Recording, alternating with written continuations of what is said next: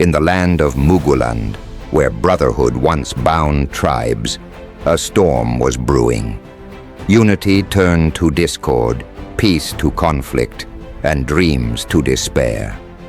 This is the tale of betrayal, loyalty, and the cost of ambition. This is the story of brothers at war. Souls of the battlefield, where dreams go to die.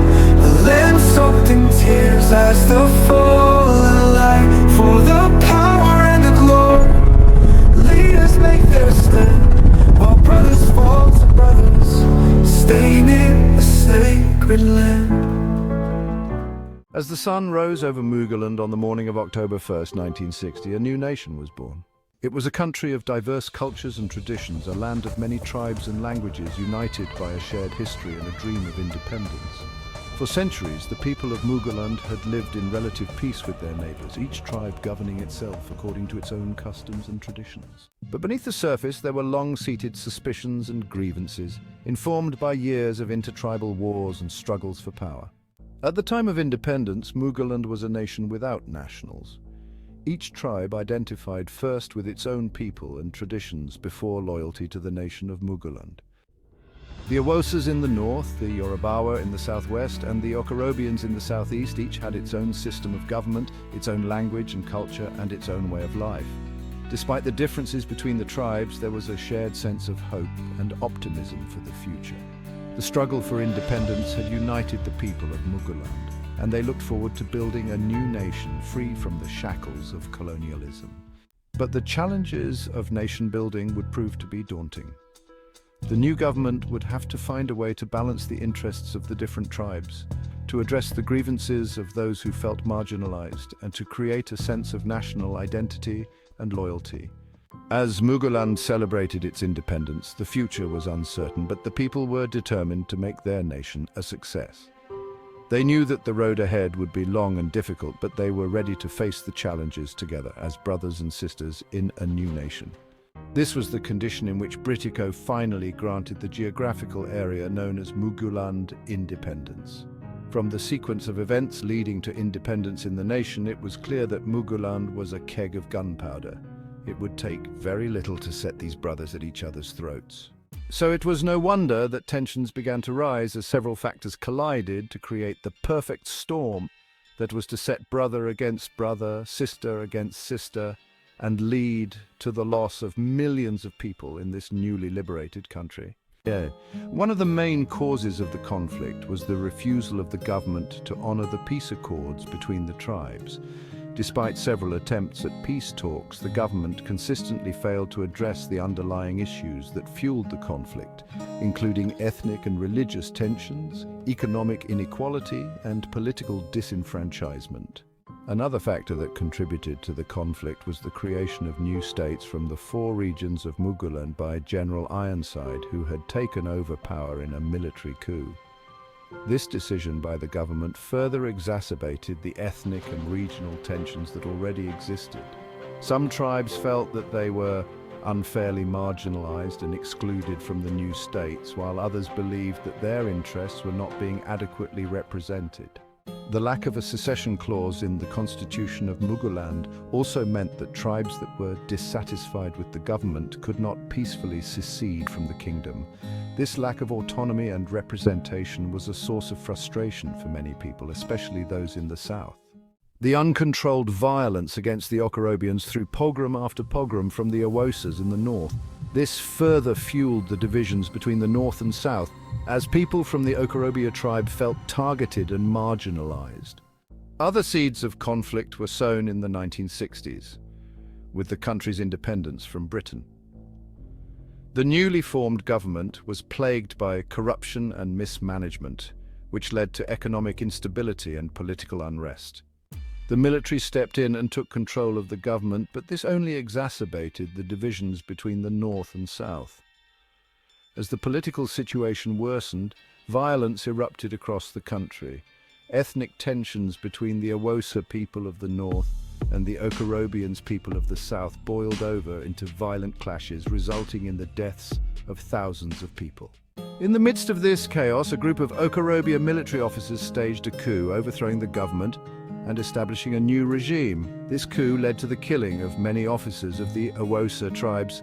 While none of the leaders of the Okorobians were killed, this further fueled the tensions between the north and south, as the new government was seen as favoring the Okorobians' people over other ethnic groups. The Awosas in the northern region felt increasingly marginalized and oppressed, leading to a counter-coup by northern military officers.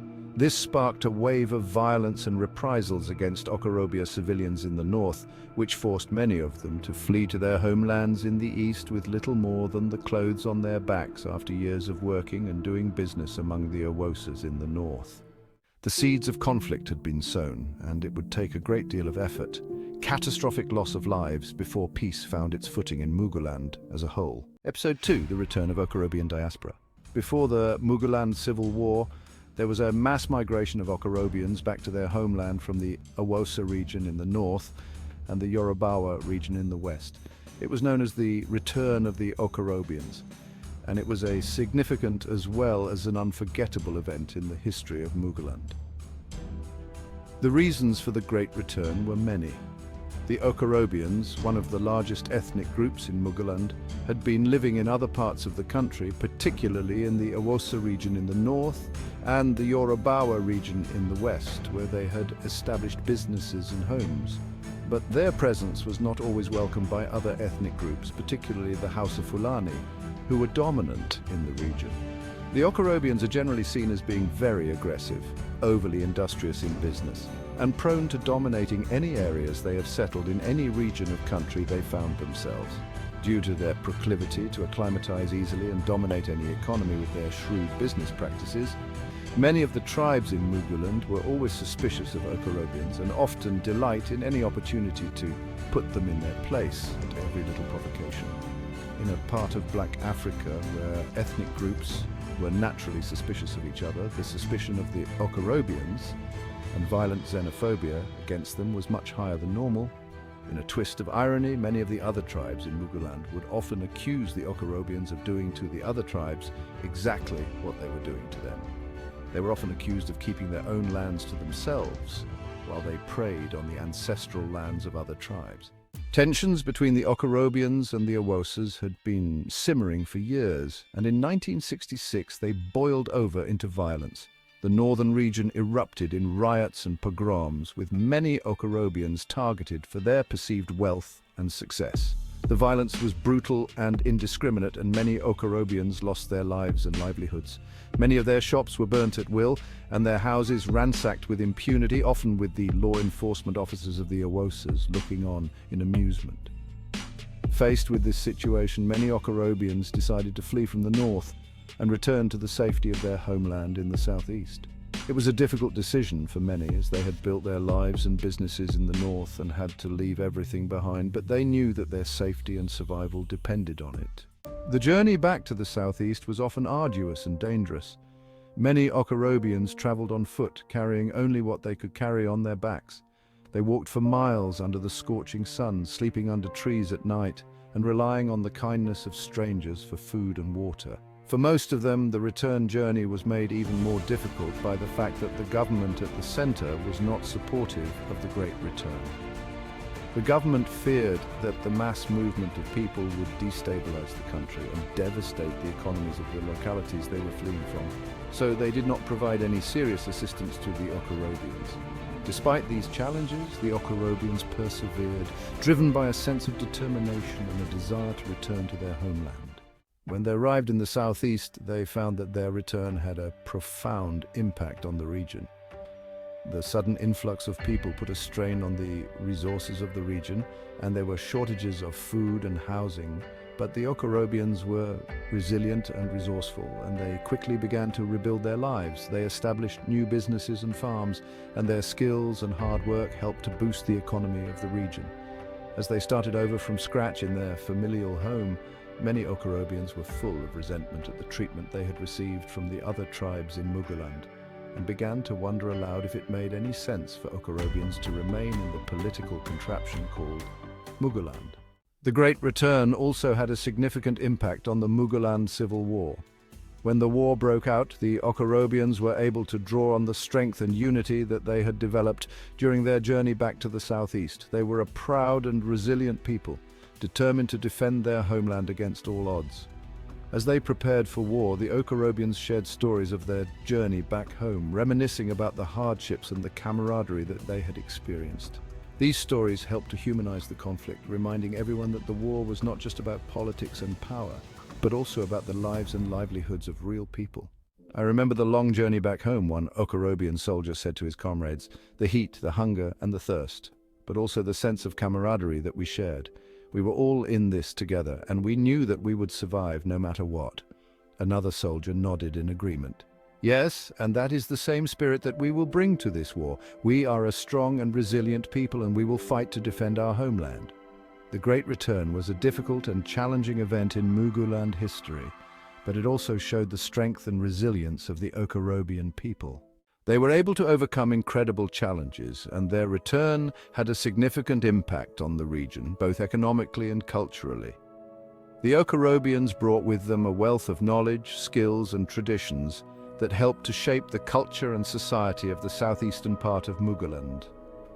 As one Okorobian soldier put it later, we may have left our homes and our businesses behind, but we never left our spirit and our determination. We are a proud and resilient people, and we will fight to defend our way of life, no matter the cost. But the Great Return was not without its challenges. The sudden influx of so many people put a strain on the resources of the region, and there were shortages of food and housing. Many Okorobians had to live in crowded refugee camps without proper sanitation or medical care. Unfortunately, these congestion of so many people in a small geographical area would later have very tragic consequences during the War of Brothers. Episode 3, The Yorobawa Lion Unchained. Chief Obajimi Owolowo, also known as the Yorobawa Lion, had been sentenced to 10 years in prison for treasonable felony, but his supporters were still fighting for his release. They believed that he was innocent of the charges against him, and they were determined to bring him home. After a few years in jail, the pressure on the government to release Chief Owolowo grew. Protests erupted across the country, and there were calls from international human rights organizations for his immediate release. At the same time, the new military junta, led by General Ironside, also debated extensively in their Supreme Military Council meeting the merits and demerits of releasing the Yorobawa Lion from prison. Some felt his liberty may pose a threat to their tenuous hold on power, while some argued that releasing him would be a boost to their fledgling regime, since he appeared to be well beloved in the country. As the debate grew, Brigadier Ejobota reminded the council that the original coup by the Five Majors had intended to bring him out of prison to make him the president if their coup had succeeded. He pointed out that it would douse tension among the middle-rank officers if their hero was released from prison and simply placed under house arrest for a few years. He advised that keeping the Yorobawa Lion in prison may encourage other trigger-happy young officers still in uniform to try a third coup. Besides, the brigadier urged, we need the Lion to help us douse tensions in the West so we can focus on consolidating our regime and find a workable solution to the problems posed by the Okorobians and their leader, Lieutenant Colonel Ojukwu in the East. After much debate, the Council of General Ironside reached a decision to release Chief Owolowo from prison, and an internal memorandum to release him was signed by General Ironside. A plane was then sent from Lasgidi, the capital city of Muguland, to go and bring him home from the eastern prison of Rabalak, which was under the control of the Okorobia regional governor, Lieutenant Colonel Ojukwu. Unfortunately, before the order to release the Yorobawa Lion could be executed, another coup occurred, and General Ironside was killed along with most members of his cabinet in a new coup that brought 31-year-old Lieutenant Colonel Wongo into power. The new coup halted the planned release, but about 5 days after the new regime had secured its hold on power, the order to release Chief Owolowo, which had been signed by General Ironside before he was killed and not rescinded by the new government, was executed by Ojukwu, who was then in command of the area in which Chief Owolowo was imprisoned. Finally, after 3 years in prison, Chief Owolowo was released. It was a moment of great joy and celebration for his supporters, who had been fighting tirelessly for his freedom. However, the circumstances surrounding his release in such a tumultuous time of change in government were shrouded in mystery.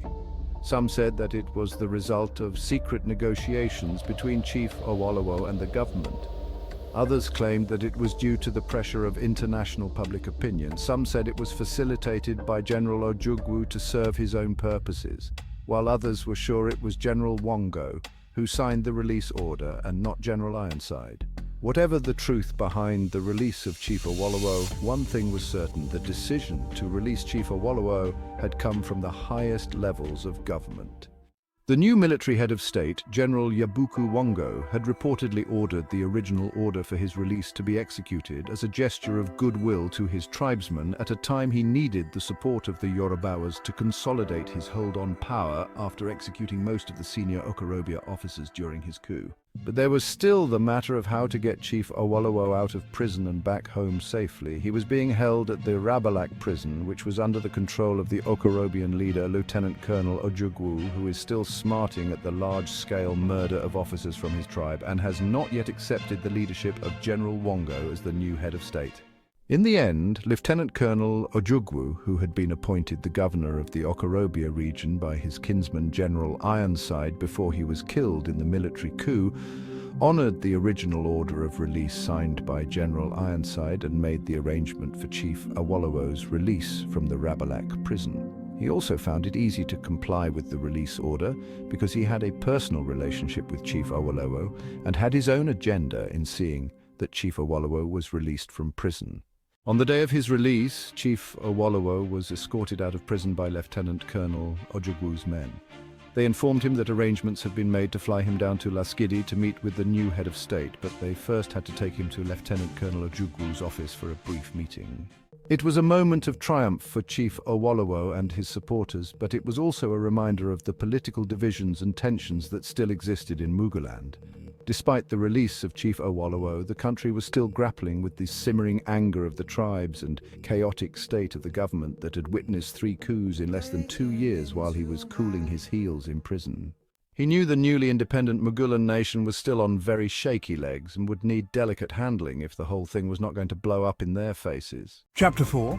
The secret agreement between an officer and a gentleman. Chief Obajimi Awolowo, on his release from prison, and before he was flown to Laskidi to meet General Wongo, was driven straight to a secret meeting with Lieutenant Colonel Ojukwu. The two men had a long history from way back when Chief Awolowo was the premier of the Yorobawa region, and they had tremendous respect for each other.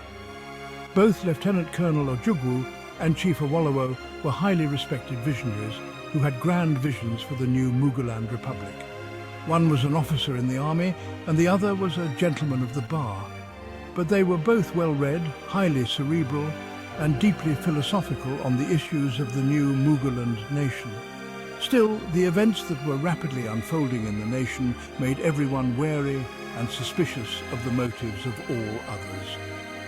As Chief Awolowo was being driven to the meeting with Lieutenant Colonel Ojukwu, he could not help but wonder what tricks the wily, ever-unsmiling soldier had up his sleeve, or if he was even going to make it out alive from that meeting. After all, Lieutenant Colonel Ojukwu is reputed to have a volcanic temper when things were not going his way.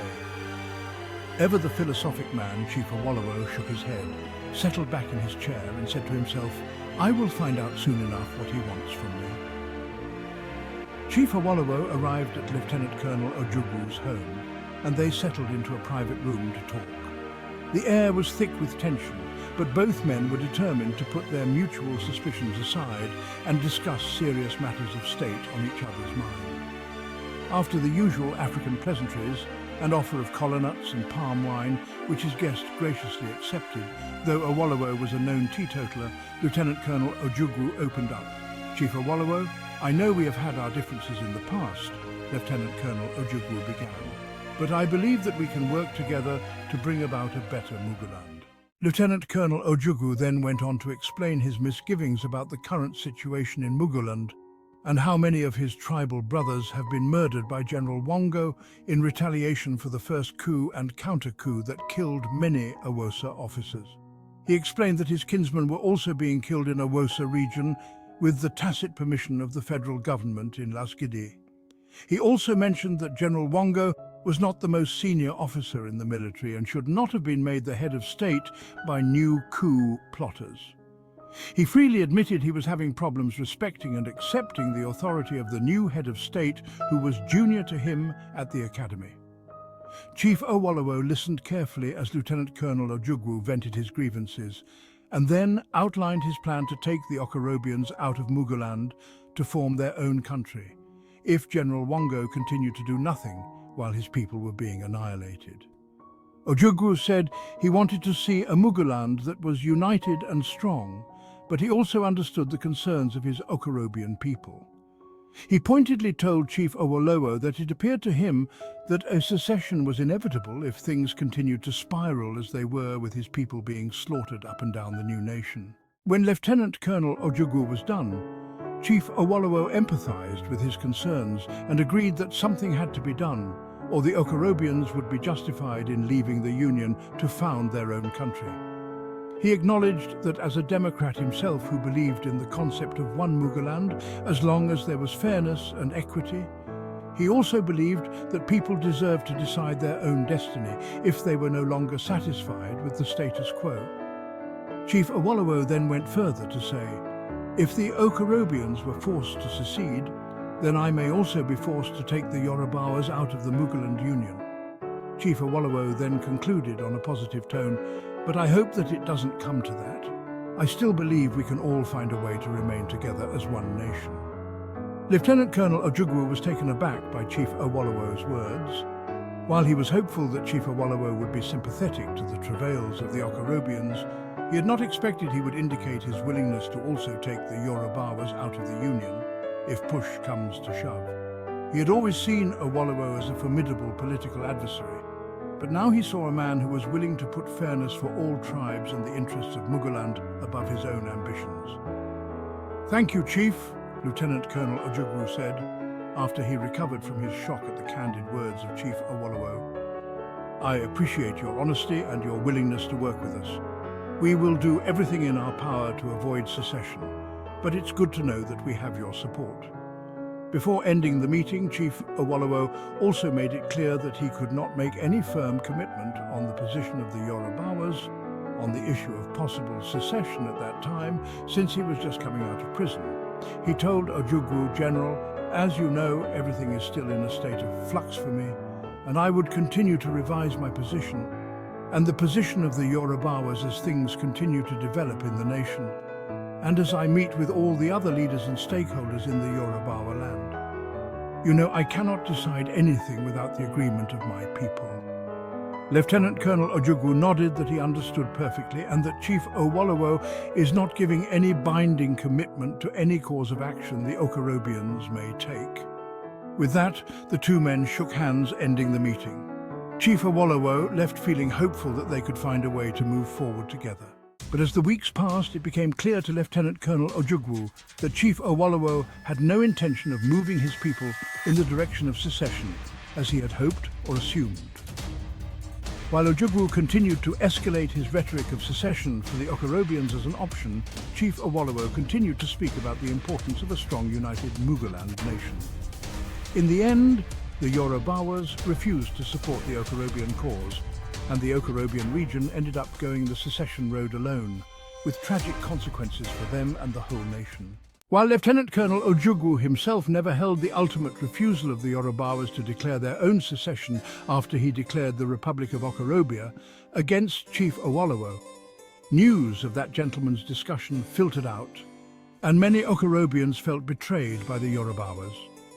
Chief Owolowo himself never felt obligated to honor the secret officer and a gentleman agreement, because he never felt he had made any commitment to support the Okorobians in their secession bid. As far as he was concerned, there was no agreement to jointly secede. It was just a probing discussion with nothing agreed upon, either formally or informally as a gentleman's agreement. Over the years, the debate on what really happened at that secret meeting persisted, and the Okorobians never trusted Chief Owolowo and the Yorobawas again, especially when Chief Owolowo later joined the Council of War of the Muguland nation and played a vital role as the brilliant Commissioner for Finance who introduced several policies that crippled the Okorobia economy and ultimately led to the failure of their secession attempt. Episode 5, The Assembly of Okorobia Elders and the Secession Resolution. Following the coup that brought General Wongo to power, the reprisal attacks on Okorobians in the Awosa region of Muguland, and the disproportionate appointment of officers from the Awosa region over the Okorobia region. The Okorobia people felt that their interests were not being represented by the new government, and tensions continued to simmer. When another round of pogroms occurred in the Awosa land after the new government had reassured them of protection, all the elders representing the clans in Okorobia land decided to hold a town hall meeting to discuss the future of their people. The meeting was held in the center of the town of Uguna, under the shade of a giant baobab tree. The elders sat on mats arranged in a circle with their walking sticks leaning against the tree trunk. The town hall meeting was a colorful event, with elders from different clans dressed in their traditional attire and the red-capped chiefs strutting in full regalia. The air was thick with the smell of roasted yams and the sound of drums and flutes. The elders sat in silence for a few moments, taking in the scene and collecting their thoughts. Kola nuts were shared round with the best ugbas in the land. Then the oldest elder among them, a wise and respected man named Chief Easy, stood up and addressed the group. He spoke in a deep, rumbling voice that commanded attention. "My fellow elders," he began, "we have come together today to discuss the future of our people. We have all seen the suffering and the injustice that has been inflicted upon our tribe. We have been marginalized and oppressed, and our voices have not been heard. It is time for us to take action." The other elders nodded in agreement, and some murmured their assent. Chief Ease continued, "I propose that we secede from this new country that has been imposed upon us. We shall form our own nation where we can govern ourselves and ensure that our interests are represented." The other elders listened attentively, and some began to speak up in support of the proposal.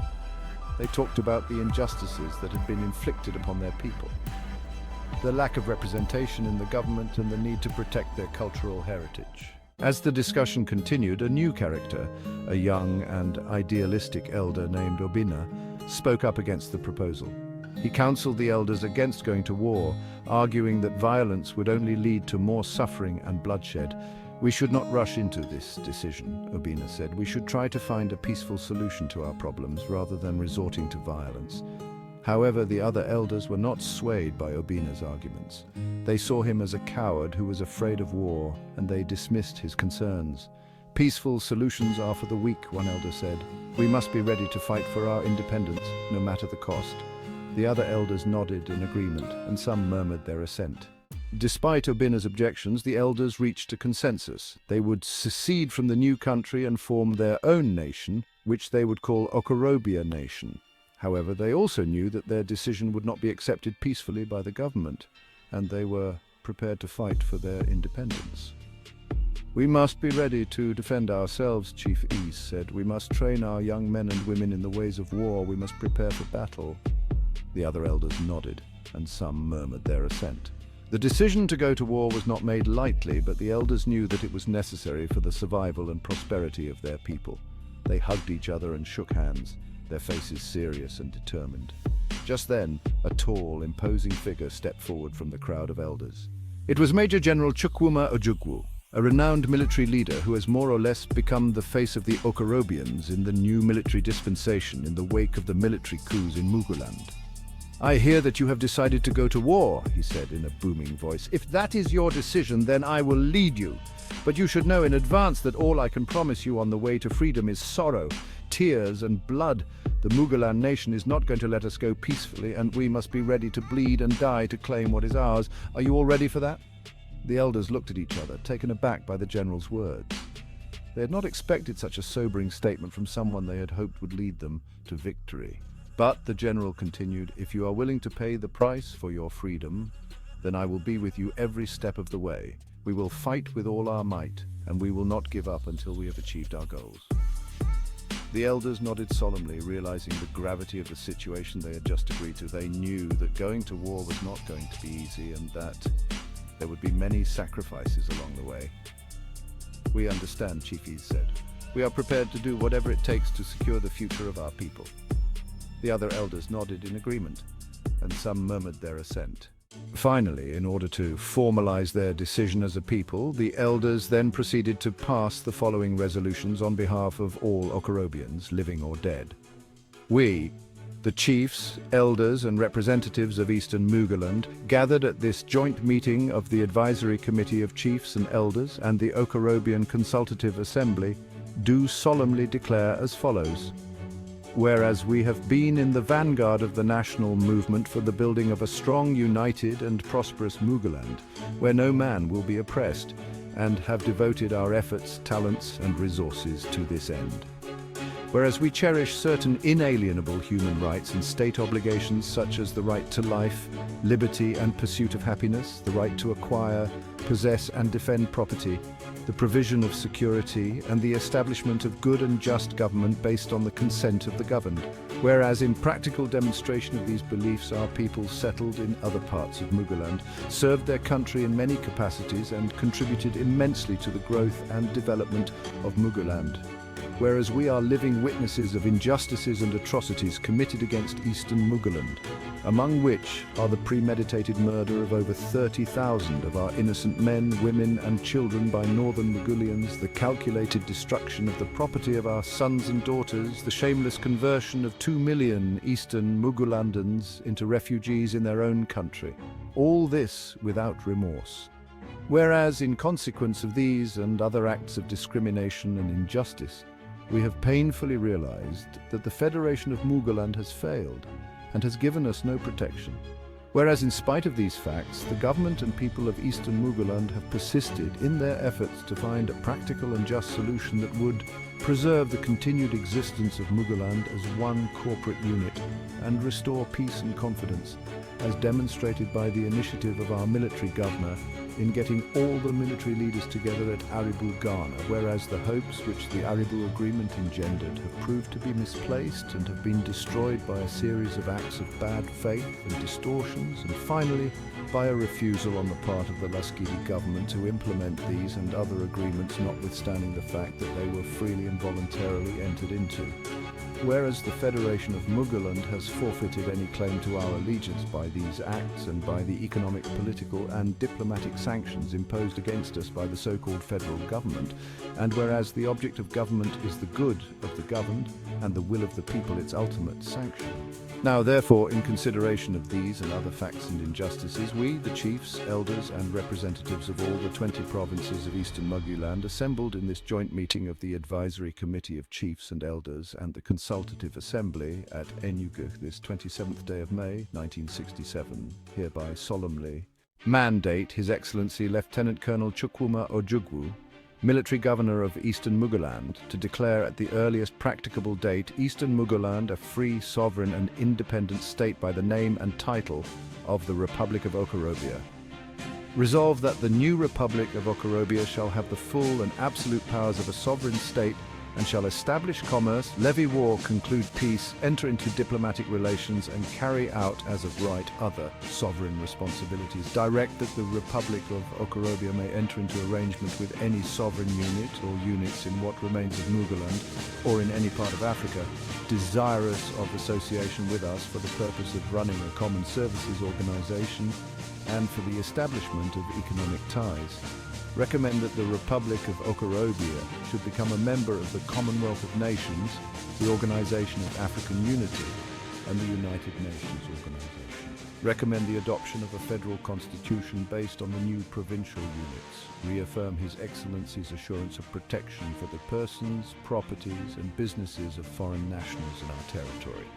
Declare our unqualified confidence in the military governor of Eastern Muguland, Lieutenant Colonel Chukwuma Ojukwu, and assure him of our unreserved support for the way and manner he has handled the crisis in the country, so help us God.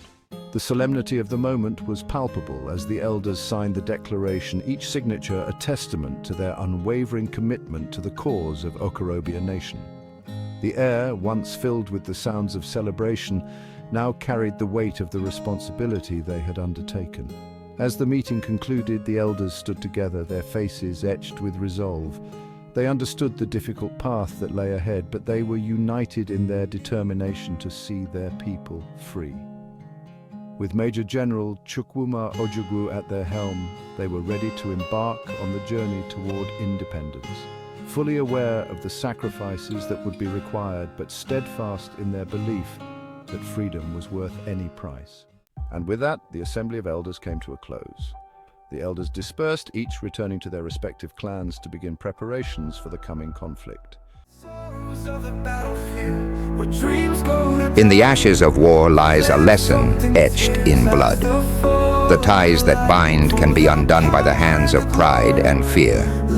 Yet even in the deepest wounds, the seeds of unity may take root, if only we choose to nurture them. The story of Muguland is not one of defeat or victory. It is a story of survival and the enduring spirit of a people. But the reasons grow dimmer in the still of the night. We were sons of the soil, with a bond no sword could sever. Now we wander through the ashes, as strangers forever.